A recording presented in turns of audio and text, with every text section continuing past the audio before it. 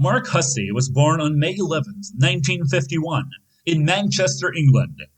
He is a fourth-generation wrestler, and his father was Jumping Jim Hussey. Mark turned pro in 1970, became known as Mark Rocco, and started appearing on World of Sport Wrestling on ITV, also in 1970, not too long after he had become a pro wrestler. At 190 pounds, Rollerball Mark Rocco was often the lighter wrestler in a match, as he was not afraid to battle heavier opponents in catchweight bouts. While he was great at getting heel heat from the crowd, he was even greater at making his opponents look good. He was definitely not a selfish worker. Mick McManus and Jim Breaks were two of the top heels appearing on World of Sport Wrestling back in the day. But with all due respect to those who enjoyed their theatrics, they were rather ridiculous wrestlers, as they were merely characters pretending to be world-class wrestlers. At least Les Kellett was just a full-fledged comedy heel who didn't pretend to be otherwise, and was therefore more watchable and funny than Mick McManus and Jim Breaks, who got boring and stale real quick. Mark Rocco was in a class of his own. He was a true badass heel who took care of business. In other words, he was truly a great wrestling heel. You'd respect him for his ability, and you'd cheer his opponent for fighting back. Rocco was great at controlling and dictating the pace, yet still being able to make his opponent look like $1,000,000 in the end. He was great at being a heel while still being a competitive wrestler at the same time. So this made him come across as a genuine mean and tough dude, as opposed to the comedy clowns who were merely entertaining the old ladies swinging around their purses in anger at ringside. Kent Walton summed it up quite well when he once said on commentary, "Such a good wrestler, this man, Rocco, just a pity he gets a little wild." In 1982, New Japan Pro Wrestling picked Rocco to portray Black Tiger, and he was in fact the first Black Tiger.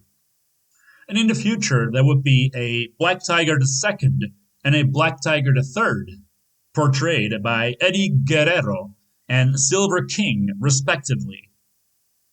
Rocco became one of the three main rivals of the first Tiger Mask, Satoru Sayama, in New Japan Pro Wrestling. During the late 1980s, Rocco also briefly feuded with Keiichi Yamada, Jushin Liger, and Rocco had even been involved with some of the early training of young Yamada. Rocco and Yamada ended up wrestling each other in TV matches in England, Wales, and Japan. Rocco was one of the most outstanding British in-ring performers of the 1970s and 1980s.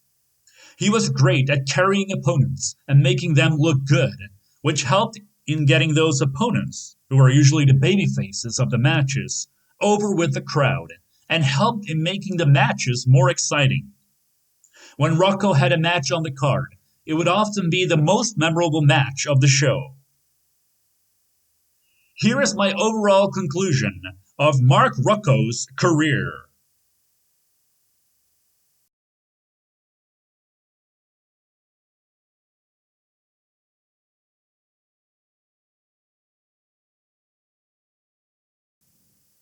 Mark Rocco's five best years were 1976, 1978, 1980, 1981, and 1982.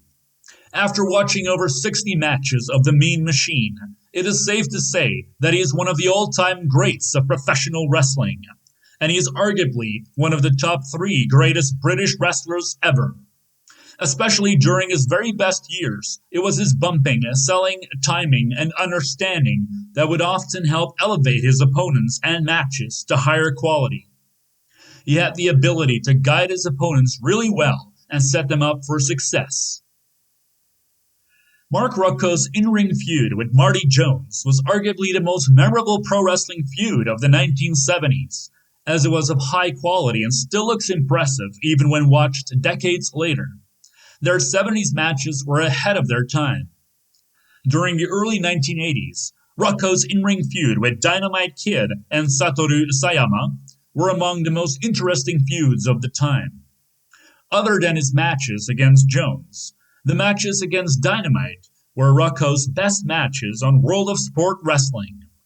His feud against the first Tiger Mask, Satoru Sayama, in New Japan Pro Wrestling was one of the top feuds in the New Japan Junior Heavyweight division at the time.